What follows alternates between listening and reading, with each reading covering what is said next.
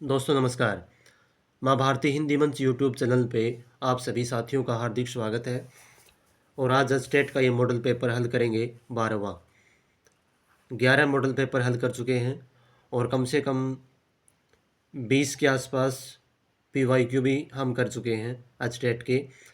तो जिस साथी ने नहीं देखे हैं वो प्ले लिस्ट में और चैनल पे जाके देख लें। और ये जो प्रश्न करवाए जा रहे हैं हिंदी वाले मॉडल पेपर में, ये कहीं ना कहीं किसी न किसी क्वेश्चन पेपर का हिस्सा है। यानी कि किसी पेपर में एग्ज़ाम में आए हुए प्रश्न मैं करवाता हूँ यहाँ पे। ऐसा नहीं है कि कहीं से उठा के पटक दिए। ये देखो, जैसे ये पेपर है आज का मॉडल पेपर, ये सब इंस्पेक्टर प्लाटून कमांडर का है, RPSC का, राजस्थान लोक सेवा आयोग का। तो इम्पोर्टेंट प्रश्न जो होते हैं, और व्याकरण में तो क्या, व्याकरण में तो भले ही CET का हो या फिर कोई पुलिस का हो या और कहीं किसी कंपटीशन एग्ज़ाम का हो, वो व्याकरण के तो प्रश्न इम्पोर्टेंट होते हैं, वही आते हैं उसमें।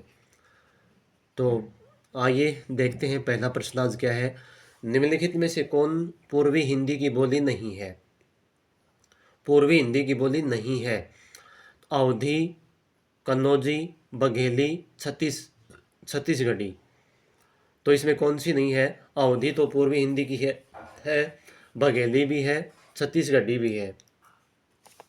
तो ये कन्नौजी जो है, कन्नौजी नहीं है, कन्नौजी है पश्चिमी हिंदी की। ठीक है ना। तो ऑप्शन नंबर 20 का आंसर हो जाएगा। दूसरा है, निम्नलिखित में से कौन संयुक्त वर्ण नहीं है? क्ष, त्र, ज्ञ और री। तो ये तो संयुक्त वर्ण है। ये क प्लस से बना है, मैंने बताया भी था। ठीक है ना। देखो क्ष कैसे बना, क प्लस से। ठीक है ना। से पूरा ऐसे कर लो या फिर ऐसे कर लो। ठीक है ना। और जो त्रय है वो बनेगा तय और रे से। जय है वो बनेगा जय प्लस ये से। और श्रय श्रय है। तो ये क्या है? ये भी संयुक्त वर्ण है, त्रय भी है, ज्ञ भी है। री, री आप सभी जानते हैं, री क्या है?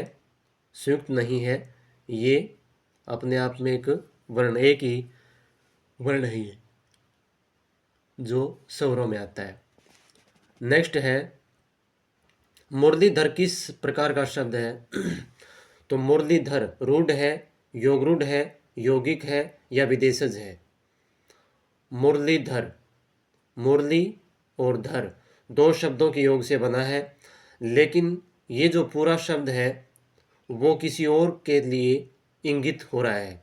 मुरली बांसुरी, धर धारण करने वाला, बांसुरी को धारण करने वाला, यानी कि कौन? श्री कृष्ण। तो किसके लिए प्रयुक्त हुआ है? ये किसी और के लिए प्रयुक्त हुआ है, तो कौन सा हो जाएगा?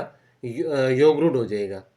यौगिक होता है कि जैसे दो शब्दों के योग से बना हो लेकिन उसका अर्थ किसी के लिए प्रयुक्त ना हुआ हो, जैसे रसोई, घर। ठीक है ना। ये यौगिक होता है, लेकिन ये किसी और के लिए प्रयुक्त होता है, तो योगरूढ़ हो जाएगा। ऑप्शन नंबर 20 का सही आंसर है। कवि किस संज्ञा भेद का शब्द है? तो जितने भी कवि हैं वो किसका भेद करवा रहे हैं? जातिवाचक। ठीक है ना। तो व्यक्तिवाचक, व्यक्तिवाचक भी नहीं है, समूहवाचक भी नहीं है, जातिवाचक संज्ञा हो जाएगी कवि। ठीक है ना। तो ऑप्शन नंबर C सही हो जाएगा। दुष्ट आदमी में किस प्रकार का विशेषण है? यानी कि दुष्ट आदमी, आदमी क्या है? विशेष है, और दुष्ट क्या है? विशेषण। ये तो पता है, लेकिन विशेषण के जो भेद हैं उनके विषय में पूछा इसने। तो दुष्ट क्या है? ये दुष्ट गुणवाचक विशेषण के अंतर्गत हो जाएगा। ठीक है ना। ऑप्शन नंबर A सही हो जाएगा इसका। निम्नलिखित में से कौन सी अकर्मक क्रिया है? अकर्मक क्रिया कौन सी हो जाएगी? देखो, खाना, पीना, उठाना और आना। तो इन सभी में कर्म की आवश्यकता होती है, लेकिन जो आना है, आना जाना, उठना बैठना, रोना हंसना, ठीक है ना, उदास होना, खुश होना, छींकना, खांसना, ये सभी क्या है?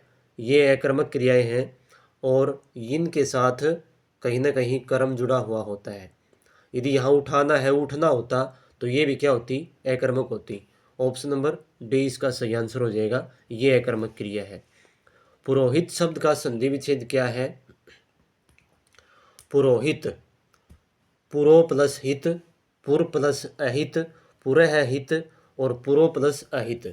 तो ये संधि विच्छेद क्या होगा इसका? इसका संधि विच्छेद हो जाएगा पुरह प्लस हित। और विसर्ग संधि का ये भेद रहेगा।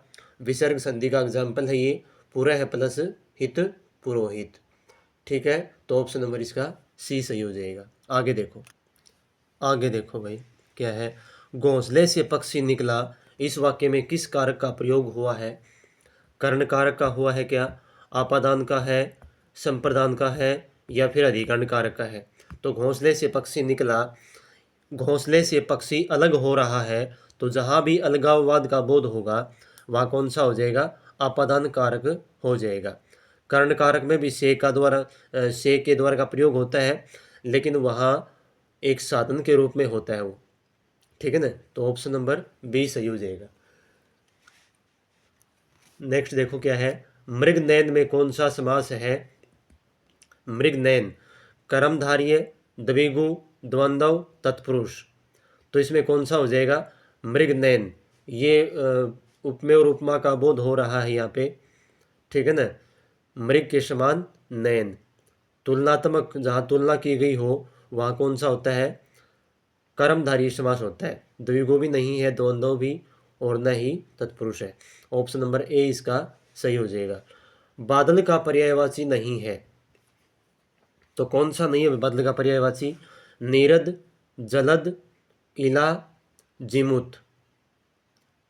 तो नीरद भी है, जलद भी है, इला नहीं है। इला पर्यायवाची है पृथ्वी का। ठीक है ना, और इला का अर्थ सरस्वती भी होता है। ठीक है ना, सरस्वती। तो और जिमुत भी किसका है? बादल का पर्यायवाची है। तो ऑप्शन नंबर सी इसका सही आंसर हो जाएगा। ये बादल का पर्यायवाची नहीं है। प्राकृतिक शब्द का विपरीतार्थक क्या है? विपरीतार्थक, तो प्राकृतिक देखो इसमें नैसर्गिक, कृत्रिम, बनावटी, स्वाभाविक। तो नैसर्गिक तो क्या है? इसका पर्यायवाची दे दिया, कृत्रिम हो जाएगा इसका। कृत्रिम, प्राकृतिक होता है प्रकृति द्वारा बनाया हुआ, और कृत्रिम होता है मनुष्य द्वारा बनाया हुआ, यानी कि बनावटी। बनावटी तो ये इसका पर्यायवाची दे दिया, स्वर्गिक, स्वर्ग से संबंधित। तो ऑप्शन नंबर बी इसका सही हो जाएगा। वह कवि जो तत्काल कविता करे के लिए एक शब्द है, कौन सा शब्द हो जाएगा भाई? सुकवि, महाकवि, आशु कवि, राजकवि। सुकवि तो सु इसके साथ कवि के साथ अच्छा सु उपसर्ग लगा दिया, अच्छा है जो कवि। महाकवि महान है जो कवि, यानी कि बड़ा कवि। आशु कवि होता है ये, आशु कवि जो है ना तत्काल ही किसी विषय पे कविता बना दे, वो होता है आशु कवि। राजकवि होता है जहाँ किसी राजा महाराजा के दरबार में कविताई करने वाला। तो ऑप्शन नंबर इसका सी सही हो जाएगा। नेक्स्ट देखो, शब्द आलोक का अर्थ है। आलोक तो प्रकाश, अंतरिक्ष, सुनसान, स्वर्गलोक। तो आलोक का अर्थ आप सभी जानते होंगे, इसका अर्थ होता है प्रकाश। क्या होता है? प्रकाश। आगे देखो, अगला प्रश्न है 25 वर्ष पूरे करने के उपलक्ष्य में होने वाला उत्सव। तो हीरक जयंती, रजत जयंती, स्वर्ण जयंती, या इनमें से कोई भी नहीं। तो कौन सा होता है ये होता है 25 वर्ष पूरे करने पर रजत जयंती। ठीक है ना, हीरक जयंती होती है 60 वर्ष पूरे करने पर। कितने वर्ष? 60 वर्ष पूरे करने पर। और स्वर्ण जयंती होती है 50 वर्ष पूरे करने पर। ये दोनों भी आपको याद रखने हैं, इम्पोर्टेंट है। लेकिन इसका आंसर क्या हो जाएगा? रजत जयंती। ठीक है ना, ऑप्शन नंबर बी। बहुत परिश्रम करना निम्नलिखित में से किस मुहावरे का अर्थ नहीं है? तो किसका अर्थ नहीं है ये? देखो, हाथ पांव मारना, खून पसीना एक कर देना, गाल बजाना, कोल्हू का बैल होना। हाथ पांव मारना ये भी होता है परिश्रम करना, खून पसीना एक करना ये भी होता है अत्यधिक परिश्रम करना, कोल्हू का बैल होना ये भी होता है, गाल बजाना ये नहीं होता। इसका मतलब होता है कि बेवजह की बातें मारना, बातें करना। ठीक है, ऑप्शन नंबर इसका सी सही हो जाएगा। अगला प्रश्न देखो क्या है, व्यवस्था के पूर्व कौन सा उपसर्ग लगाएं कि उसका अर्थ विपरीत हो जाए। कि भाई व्यवस्था से पहले ऐसा कौन सा उपसर्ग लगाएं कि उसका विलोम पद शब्द बन जाए। तो पहले इसका व्यवस्था का क्या होता है विलोम शब्द, अव्यवस्था। तो क्या जुड़ जाएगा व्यवस्था के साथ, ए जुड़ जाएगा। ये ए पहला ही ऑप्शन है, आ अप परी ये नहीं आएंगे, ऑप्शन नंबर ए सही हो जाएगा। आगे देखो, तदित प्रत्यय वाला शब्द है पढ़ाई, जागृति, कथित और नैतिक। तो इसमें तदित प्रत्यय जुड़ता है धातु कृत प्रत्यय जुड़ता है धातु के साथ, और तदित प्रत्यय जुड़ते हैं संज्ञा और विशेषण जिसको बनाते हैं उनके साथ। आगे देखो, पढ़ाई, पढ़ धातु है, जागृति जागरण ये भी क्या है धातु है, कथित कथ धातु है, नैतिक नीति ये क्या है, ये एक संज्ञा वो हो जाएगा। तो इसमें क्या हो जाएगा, ऑप्शन नंबर डी सही हो जाएगा इसका, नैतिक नीति प्लस इक प्रत्यय, तो ये हो जाएगा नैतिक। ये इसमें तदित प्रत्यय वाला शब्द है। अर्थ की दृष्टि से क्रिया विशेषण के कितने भेद होते हैं। तो अर्थ की दृष्टि से क्रिया विशेषण के 1, 2, 3 या 4, तो 4 भेद होते हैं। कितने, 4 भेद होते हैं। अगला देखो क्या है, निशांत दौड़ रहा है, निशांत दौड़ रहा है, वाक्य में क्रिया क्या है। तो कौन सी क्रिया है, देखो मैंने अभी बताया था कि दौड़ना, उठना, बैठना, चलना, फिरना, घूमना ये अकर्मक क्रियाएं हैं। तो दौड़ रहा है क्रिया क्या है इसमें, दौड़ना, तो ये अकर्मक क्रिया हो जाएगी। कौन सी हो जाएगी, अकर्मक क्रिया। परमेश्वर शब्द में कौन सी संधि है, परमेश्वर में विसर्ग संधि है क्या, क्या दीर्घ संधि है, वृद्धि है या गुण है। तो परमेश्वर में कौन सी हो जाएगी, गुण संधि हो जाएगी। कैसे बनेगी इसका, जैसे परम, परम प्लस ईश्वर हो जाएगा इसका, परमेश्वर। ठीक है ना। नियम क्या है गुण संधि का, कि ए आ के बाद कोई ई हो, तो क्या ई छोटी हो या बड़ी हो, तो क्या बन जाएगा इसका, ए बन जाएगा। ठीक है ना। तो यहाँ परमेश्वर ऐसे बन गया परमेश्वर, ऑप्शन नंबर डी सही है। मनोयोग का संधि विच्छेद क्या है, तो मन प्लस योग, मनर योग, मन है योग और मनन योग। तो मनोयोग ये क्या कौन से हो जाएगा, ये पहले ये देखो कि ये है विसर्ग संधि, कौन सी विसर्ग संधि, और ये हो जाएगा मन है प्लस योग, मनोयोग, ऑप्शन नंबर सी। निम्नलिखित में से किस शब्द का बहुवचन इया प्रत्यय के योग से नहीं बनाया जा सकता। तो ऐसा कौन सा है भाई, नदी नदियाँ बनेगा, लड़की लड़कियाँ बनेगा, पहाड़ी पहाड़ियाँ बन जाएगा, और किताब किताबें किताबें इसमें नहीं बनेगा इया का। तो ऑप्शन नंबर डी सही हो जाएगा। बाकी और तीनों में इया प्रत्यय जुड़ जाएगा, बहुवचन बनाएंगे तब।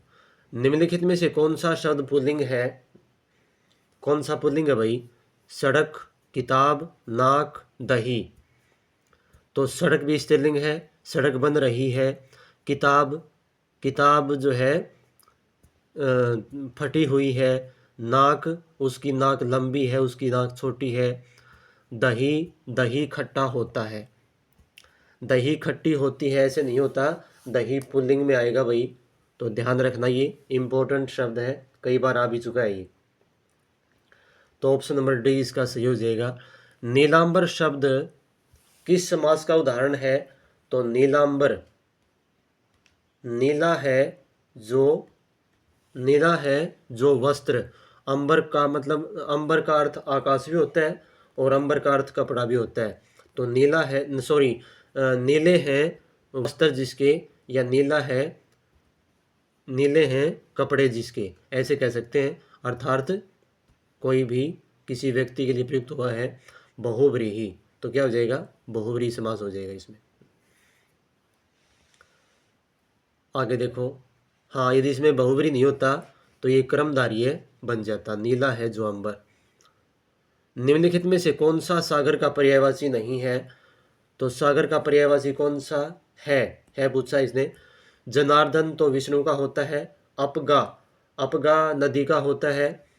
अर्णव, अर्णव हो जाएगा, अर्णव किसका है, सागर का। मुकुंद किसका है, मुकुंद भी विष्णु का ही है। जनार्दन और मुकुंद और विष्णु ये तीनों एक ही है। नेक्स्ट देखो, निम्नलिखित में से राग शब्द का विलोम क्या होगा? राग का विराग, अनुराग, ईर्ष्या और द्वेष। तो राग का विलोम शब्द हो जाएगा अनुराग। आकाश से संबंधित के लिए एक शब्द क्या है? आकाशीय, पार्थिव, सामुद्रिक या सौर। तो आकाश से संबंधित आकाशीय हो जाएगा, आकाशीय। पार्थिव संबंधित है पृथ्वी से, पृथ्वी का विशेषण बन जाएगा पार्थिव। सामुद्रिक बन जाएगा समुद्र से, ठीक है ना। और सौर बन जाएगा सूर्य से, सूर्य से बना सौर। तो आपको ये भी ध्यान में रखना है। आगे देखो भाई बच्चों, कुंती के पुत्र के लिए एक शब्द है। कुंत, कौंत, कौंते या कंत। तो कौन सा हो जाएगा, कौंते। इसके लिए बनेगा कुंती के पुत्र के लिए कौंते। जब श्री कृष्ण बोलते हैं कई बार कि हे कौंते पुत्र, ठीक है ना, हे कौंते, सॉरी हे कौंते पुत्र नहीं, हे कौंते खड़े हो जाओ। तो कौंते मतलब कुंती का पुत्र। निगम शब्द का अर्थ क्या है? संस्था या आदमी या दुकान या फिर दल। तो निगम शब्द का अर्थ संस्था होती है कोई भी। Option number A. निम्नलिखित में से तद्भव शब्द है। तद्भव कौन सा है भाई? तो अज्ञान, अज्ञानी, अजान, अनार्य। तो इसमें तद्भव शब्द है अजान, ठीक है ना। ये जो ज्ञ है ये आता है तत्सम में, ठीक है ना। ज्ञ है, आधा मतलब वर्ण है, जैसे त्रय, ये सभी इसमें आते हैं। तो ध्यान रखना, ऑप्शन नंबर सी इसका सही आंसर हो जाएगा। पठ धातु में इत प्रत्यय के योग से क्या बनेगा? तो ये बनेगा पठ प्लस इत, तो क्या बन जाएगा, पठित। पठित मतलब कौन सा है? पहला ही ऑप्शन है ए। पाठित भी नहीं है, पठक भी नहीं है, पढ़ाई भी नहीं है। अनुपस्थित शब्द में किस उपसर्ग का प्रयोग हुआ है? तो अनु, अन, ए या अनूप। तो अनुपस्थित उपसर्ग इसमें शब्द में अन उपसर्ग का प्रयोग हुआ है, अन। कैसे बनेगा ये अन? जैसे अन प्लस उपस्थित, अन प्लस उपस्थित, ये बन जाएगा। ये जब जुड़ेंगे तो नए है, ये उ इसमें आ जाएगा और ये बन जाएगा अनु। तो इसमें अनुपसर्ग है, अनु नहीं है। गर्दन उठाना किस मुहावरे का अर्थ है? तो गर्दन उठाना पीछा छुड़ाना, नुकसान देना, प्रतिवाद करना या बहस करना। तो गर्दन उठाना ये है ऑप्शन नंबर सी, प्रतिवाद करना, ठीक है ना, प्रतिवाद करना। तो ये हिंदी के प्रश्न थे। अब थोड़े से करेंगे हरियाणा जीके के। हरियाणा जीके में हमारे पास पहला प्रश्न क्या है? हरियाणा शॉल कहलाती है खालिस्तान, फुलका, ये घूंघट, ओढ़नी, फुलकारी या पर्दा। तो हरियाणा शॉल कहलाती है फुलकारी। क्या कहलाती है? फुलकारी। फुलकारी क्या है? डबनी नूना फुलकारियों की कढ़ाई वाली ओढ़नी, जो विवाहित महिलाओं द्वारा ससुराल में घूंघट या पर्दा जिसे किया जाता है वो होती है फुलकारी, ठीक है ना। ओढ़नी लाल पल्लो और नीली रंगाई वाली पतली ओढ़नी क्या कहलाती है? पतली जो होती है वो ओढ़नी कहलाती है। अगला प्रश्न है, हरियाणा विधानसभा में खालिस्तान सीटें हैं। तो ये तो सभी को ही पता होगा। तो ये 90 सीटें हैं। हरियाणा के गठन के समय विधानसभा सीटें कितनी थी? 54 थी, ठीक है ना। और अब ये पहले थी कितनी? पहले थी 81, उसके हाँ सॉरी 54 के बाद बनी 81 और फिर ये बनी 90। 81 सीटें बनी थी 1967 में और 90 फिर बनी ये 1977 में, ठीक है ना। ये भी आपको ध्यान रखना है। 1977 में विधानसभा सीटें 91 परिसीमन आयोग के द्वारा ये की गई थी। हरियाणा का पुरातनम नाम हरियाणा नाम के उद्भव में पाया जाता है, तो ये चाहमान ग्रंथ में पाया जाता है, चाहमान, ठीक है ना। ऋग्वेद, अथर्ववेद, ब्रह्म पुराण ये पाया जाता है। ऑप्शन नंबर ए हो जाएगा इसका सही, चाहमान ग्रंथ में। चाहमान में हरियाणा का पुरातन नाम उद्भव हुआ है। ऋग्वेद में हरियाणा का नाम क्या है? रज हरियाणे। अथर्ववेद में क्या नाम है? ब्रह्मावरत, ब्रह्मवरत, ठीक है ना। बाण भट्ट की हरिश्चरित में हरियाणा का नाम क्या है? श्रीकंठ जनपद। और महाभारत में क्या है? बहुधान्यक। बहुधान्यक का मतलब क्या होता है? अत्यधिक अनाज वाला। रेवड़ी नामक मिष्ठान का प्रसिद्ध है, तो रेवड़ी का कहाँ का जो मिष्ठान का मतलब मिठाई, रेवड़ी कहाँ की प्रसिद्ध है? तो रेवड़ी है रोहतक की। काठक, बांगड़, लूर, रोहतक, तो रोहतक में की प्रसिद्ध है रेवड़ी। गोहाना की जलेबी प्रसिद्ध है, उसी प्रकार से रोहतक की रेवड़ी प्रसिद्ध है। हरियाणा राज्य में 300 मील दक्षिण में क्या है? भूमध्य रेखा है क्या? ग्रीनविच रेखा है क्या? कर्क रेखा या सीधी रेखा? तो ये कर्क रेखा है, ये ध्यान रखना आपको। हरियाणा में किस स्थान पर औरंगजेब के समय सतनामी विद्रोह हुआ था? तो मेवात, नारनौल, पानीपत या करनाल? तो ये हुआ था नारनौल में।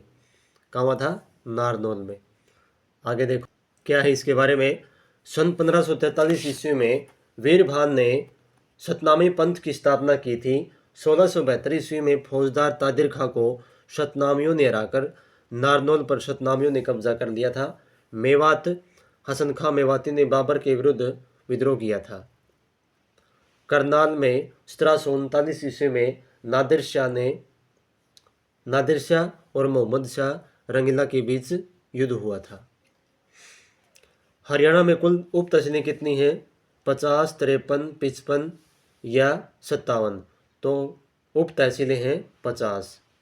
जिले 22 आपको पता ही है, उपमंडल 72 हैं, तहसील 93 है और जिला परिषद कितने हैं? 52, नगर निगम 10 या 11 और नगर पालिकाएँ 57। ये इंपॉर्टेंट आंकड़े हैं, ध्यान रखना आपको। हरित क्रांति का सर्वाधिक सकारात्मक प्रभाव पड़ा किसके ऊपर पड़ा था? चावल, गेहूं, मक्का या ज्वार? तो ये सबसे ज़्यादा प्रभाव पड़ा था गेहूं के उत्पादन पर, ठीक है ना। हरियाणा सरकार ने पंचकुला जिले के मोरनी और पिंजौर पर्वतीय क्षेत्रों में चिकित्सा सेवाएं मुहैया कराने के लिए आपातकालीन मोटरसाइकिल एम्बुलेंस सेवा की शुरुआत की है। इस सेवा का नाम क्या है? आरोग्यम, सर्वोदय, मोडेकेयर या जुगनू? तो ये है आरोग्यम, ठीक है ना, आरोग्यम। हरियाणा के किस स्थान पर चौर गुंबद है? तो ये नारनौल, रेवाड़ी, कुरुक्षेत्र या भिवानी? तो ये है नारनौल में, चौर गुंबद नारनौल में। ये प्रश्न भी कई बार पूछा गया भाई। हरियाणा वीर एवं शहीदी दिवस कब मनाते हैं? 23 सितंबर, 15 अगस्त, 24 मार्च या इनमें से कोई भी नहीं? तो ये मनाया जाता है 23 सितंबर को। कब? 23 सितंबर को। हरियाणा अपना शहीदी दिवस 23 सितंबर को मनाता है क्योंकि इस दिन 1857 क्रांति के प्रमुख राव तुलाराम की मृत्यु 23 सितंबर 1863 को काबुल में हुई थी। 1857 क्रांति में उन्होंने रेवाड़ी का नेतृत्व किया था, ठीक है ना। और 15 अगस्त को मनाता है पूरा भारत स्वतंत्रता दिवस। तो दोस्तों ये थी आज की क्लास। उम्मीद करता हूँ कि अच्छी लगी होगी आपको। अपने दोस्तों को शेयर करनी है और वीडियो को लाइक तो कर दिया करो भाई, इतनी मेहनत करते हैं आपके लिए। और जिस साथी ने सब्सक्राइब नहीं किया चैनल को वो सब्सक्राइब ज़रूर कर ले। मिलते हैं एक नई क्लास में जल्द ही। धन्यवाद। जय हिंद, जय भारत।